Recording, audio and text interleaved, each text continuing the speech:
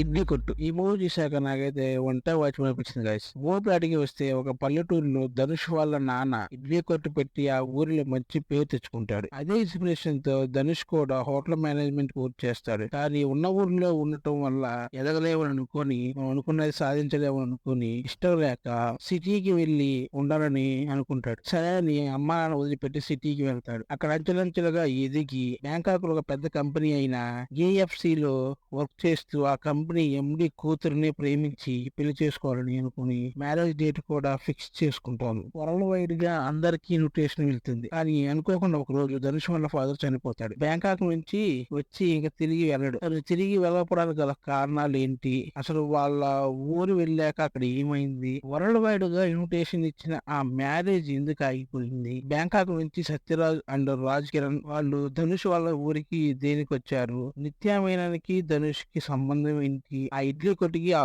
ఊరికి ధనుష్ కి సంబంధం ఏంటి అన్నది మెయిన్ స్టోరీ. ప్లస్ పాయింట్ చూస్తే నాకైతే ఫాదర్ సెంటిమెంట్ బాగానే వర్కౌట్ అయింది అనిపించింది. ఇంకా పేరెంట్స్ ని వదిలేసి వెళ్ళి వాళ్ళని పట్టించుకోకుండా ఉండే పాయింట్ కొంతవరకు ఓకే అనిపించింది. ఇంకా ధనుష్ గారి యాక్టింగ్ గురించి ప్రత్యేకంగా చెప్పక్కర్లేదు, పర్ఫార్మెన్స్ బాగుంది. ఇంకా main key role Raj Kiran అనే చెప్పాలి. ఒక సెల్ఫిష్ గా ఈగోతో ఉన్న క్యారెక్టర్ లో పర్ఫార్మెన్స్ బాగా చేశాడు. నిత్యామీనన్ కూడా ఓకే అనిపించింది. ఫ్యామిలీ పరంగా చూడొచ్చు. ఇంకా అన్ని ఎమోషన్ క్యారెక్టర్స్. ఇంకా మ్యూజిక్ కూడా పర్వాలేదు, బాగానే ఎలివేట్ అయ్యింది. ప్రొడక్షన్ వాల్యూస్ కూడా ఓకే బాగున్నాయి. స్టోరీకి తగ్గట్టుగానే డిజైన్ చేశారు.